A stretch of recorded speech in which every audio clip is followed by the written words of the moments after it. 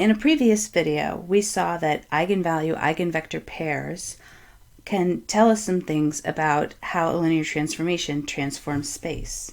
So just working in the plane, if we have a transformation T that maps two-dimensional vectors to two-dimensional vectors that is represented by a matrix A, so that T of vector v is equal to A times vector v, then much of the time there will be a couple of special directions along which vectors, when acted upon by this transformation, don't rotate off of the direction. In other words, they may scale by a certain vector, but their direction remains the same.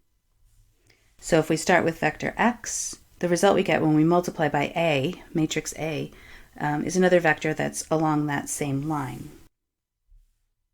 Or in a case like this, starting with vector w and applying the transformation, we still get something along the same line. In this case, it's pointed in the opposite direction and scaled, but the vector and its image are both still on the same line. And these directions are described by what we call eigenvectors.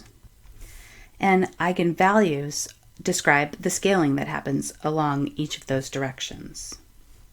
And together, an eigenvector and its corresponding eigenvalue are an eigenpair. And we write V usually for eigenvectors, sometimes indexed if there's more than one, and lambda for the eigenvalues, and index them in a corresponding way. So this notion of an eigenvector-eigenvalue pair, or an eigenpair, is completely captured by this equation, where we apply the transformation to a vector v, and the result is a scalar times v. So if we can find a vector v that's not the zero vector, and a real number lambda that satisfies this, then we get an eigenpair.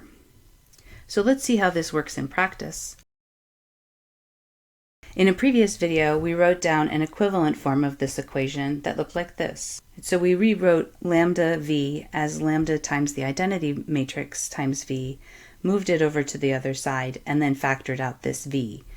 And this is the equation we get, which is a homogeneous linear system. It only has non-trivial solutions if the determinant of this matrix over here, the coefficient matrix, is equal to 0. So our strategy, as we mentioned before, is going to be to compute the determinant of A minus lambda I and set it equal to 0.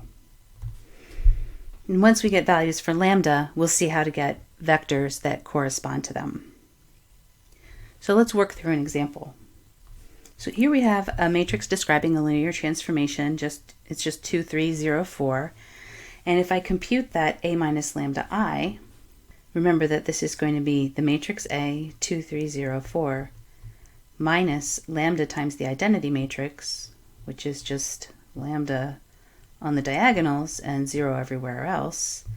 And so our net result is 2 minus lambda, 3, 0, and 4 minus lambda. Now we need to compute the determinant of that matrix and set it equal to 0. Right? That was our plan. Set determinant of A minus lambda I equal to 0 and solve. I can add here for lambda. All right, so let's do that. So we need to compute the determinant of 2 minus lambda, 3, 0, and 4 minus lambda. And since it's a 2 by 2, we can use the formula that we take the product of the forward diagonal and subtract the product of the backwards diagonal. So I'll have 2 minus lambda times 4 minus lambda minus 3 times 0. And remember that we're setting this equal to 0, and then we need to solve for lambda. And if I simplify this equation, I see it's basically already solved, because I've just got a quadratic polynomial in lambda that is already factored. So there are two values here. Lambda equals 2 is a solution, and lambda equals 4 is a solution. So we have two different eigenvalues. Those are the eigenvalues of A.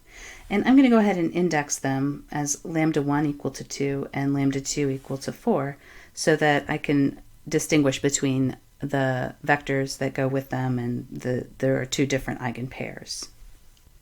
Okay, so now we have the eigenvalues. Let's move on and find the eigenvectors that correspond to them.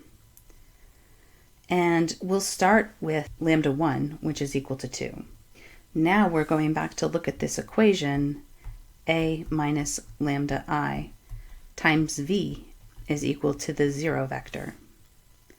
And a was 2, 3, 0, 4. Lambda is 2, in this case, times the identity matrix. We're going to multiply this by v and set this equal to 0 again, right? We're just plugging in a and lambda for the case where we have lambda 1 equals 2. And if I write this out, I'll have 2, 3, 0, 4 minus 2 times the identity matrix times v equals 0. And so now we're just back in the world of our old linear systems that we've worked with throughout the semester. So let's write down the two equations that we see here. So these two equations say that v2 has to be equal to 0 and v1 is free. So the solution set to this linear system is this. And are looking for a non-zero vector, so we're going to specify that v1 is not equal to 0. Really what we're after more than anything else is the direction. So we don't really care about exactly what vector we're talking about. We just need any vector of this form can be used as an eigenvector. So if we're not really worried about anything, we may as well just pick a simple one. Take the vector 1, 0. All we're interested in is the direction, right? We just need something to specify the direction. Okay, so now we have our first eigenvalue-eigenvector pair for this 2 by 2 matrix A. Now let's find the other one. So we're just going to proceed in exactly the same manner, this time looking at lambda 2, which is equal to 4, and we're going to compute a minus lambda I times v and solve the homogeneous linear system that results. And now we see that we have, again, a homogeneous linear system that has a free variable. And we were expecting this, right? Because we set the determinant of these things to be equal to 0. And my two equations tell me that v1 is equal to 3/2 v2. And our general solution can be written as 3/2 v2, and then v2 is free. And again, because I don't actually care exactly which vector I'm looking at, provided that it's non-zero, all I need is the direction of this thing. I can pick any value I want for v2, and that eigendirection is completely described.